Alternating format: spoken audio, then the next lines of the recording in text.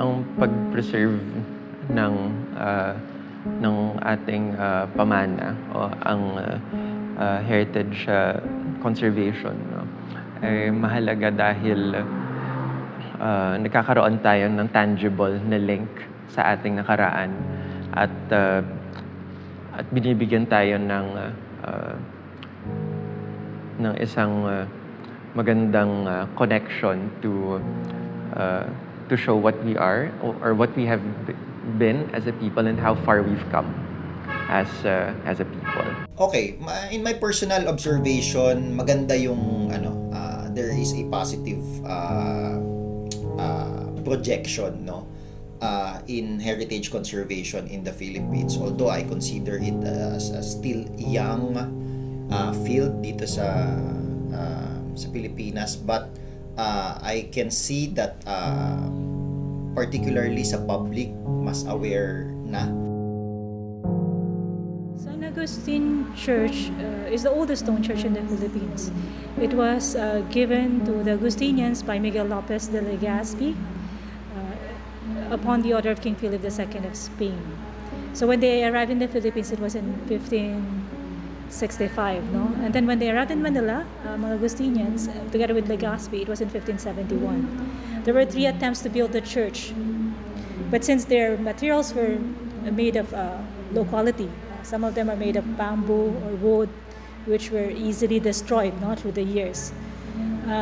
They decided, for the 4th time, they decided to build a church made of stone, which is this present church. So this church was built in 1587. It survived several invasions and earthquakes, and during World War II, this was the lone survivor. So this was the only structure which was left standing. I am Luella Baisig. I am the head of conservation, the laboratory here at San Agustin.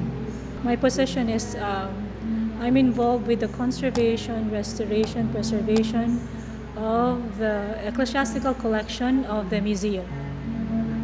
Well, for the church, of course, it is the weddings, no? So there is a maximum of 10 weddings a day, especially during the weekend. And then we also have the museum. So the museum is a repository of the Augustinian Order's collection, no? And we have here paintings, sculptures, and even books here in the library. In 2015, there was a certain period that some of the rooms and halls were closed. 2015 was the anniversary of the arrival of the Augustinians of the Philippines, parang 450th anniversary. So what they did was to refurbish the halls and then restore some parts of the church and the monastery. And then for me, my specific task was also to do the conservation and restoration works of the collection before we exhibit them.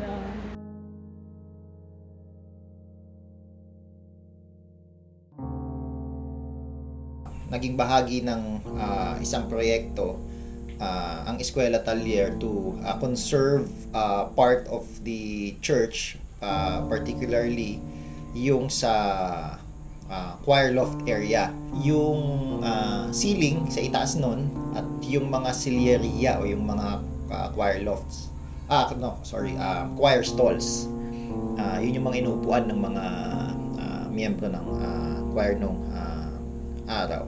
Siguro yung mga hindi naman suliranin or problema, more on challenges, no? Ang ceiling kasi ng San Agustin, na banggit ko na ito ay masonry vault, no? At ang mga pinta, mga trompe-l'oeil na pinta ay nagsisimula ng kumupas or mag-deteriorate, mag-decay.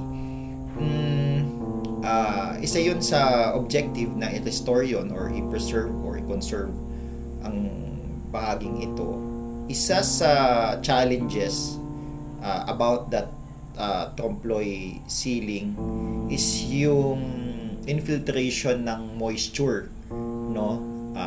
Nakita namin na problema talaga ay yung pagbabakbak ng pintura dahil ina-attribute 'yon dahil sa tubig na na-absorb nung adobe, no, nung bato. So we had to address to make sure na yung drainage ng bubong ay maayos, because yung project talaga ay sa loob lang sa loob lang. But then again, wala namang problema na hindi nasusolusyonan, so nagawa naman ng paraan yon. In terms of activities, a lot of the activities that happen within San Agustin are, well, religious in nature, because it is a church after all, and an archdiocesan shrine to Nuestra Señora de la Consolación. So it serves not just as an artistic repository for different cultural artifacts. It also serves as the venue for activities of religious nature. So yung mga misa natin, mga important na activities during, for example, Holy Week or Christmas. So yung mga religious activities natin na nangyayari during those times, yung nagiging examples no, ng mga activities na nangyayari within San Agustin. Now, apart from that, the museum itself of San Agustin also serves as a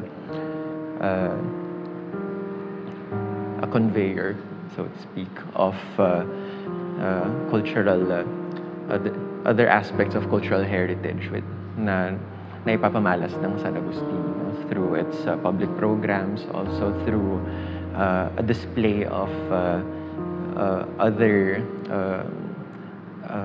valuable and priceless items in its collection that have formed part of the cultural heritage of the Church of San Agustin and by extension of the entire Philippine nation. In terms of ways of protecting heritage, no, at ng mga hakbang na pwedeng gawin gamit ang San Agustin, isa sa pinakamadali na pamamaraan ng pagpaprotekta ng pamanan, no, ay ang paggamit dito, having the church in constant use, and then within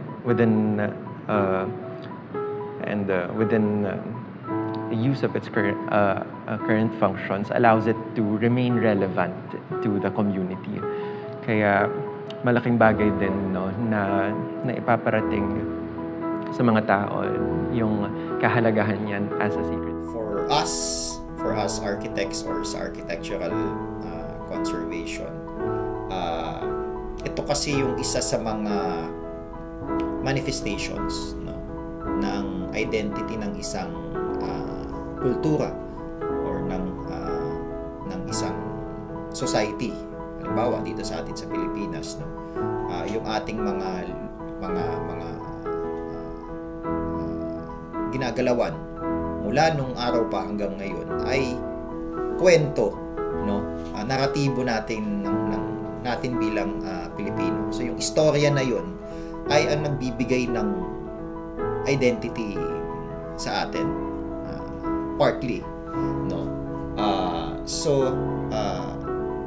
Kaya tama lang para ma-preserve natin yung ating identity, kailangan i-conserve natin yung nagmamanifest ng identity natin, no. Kumbaga yung ebidensya ng ating existence, ebidensya ng ating identidad ay mapanatili natin.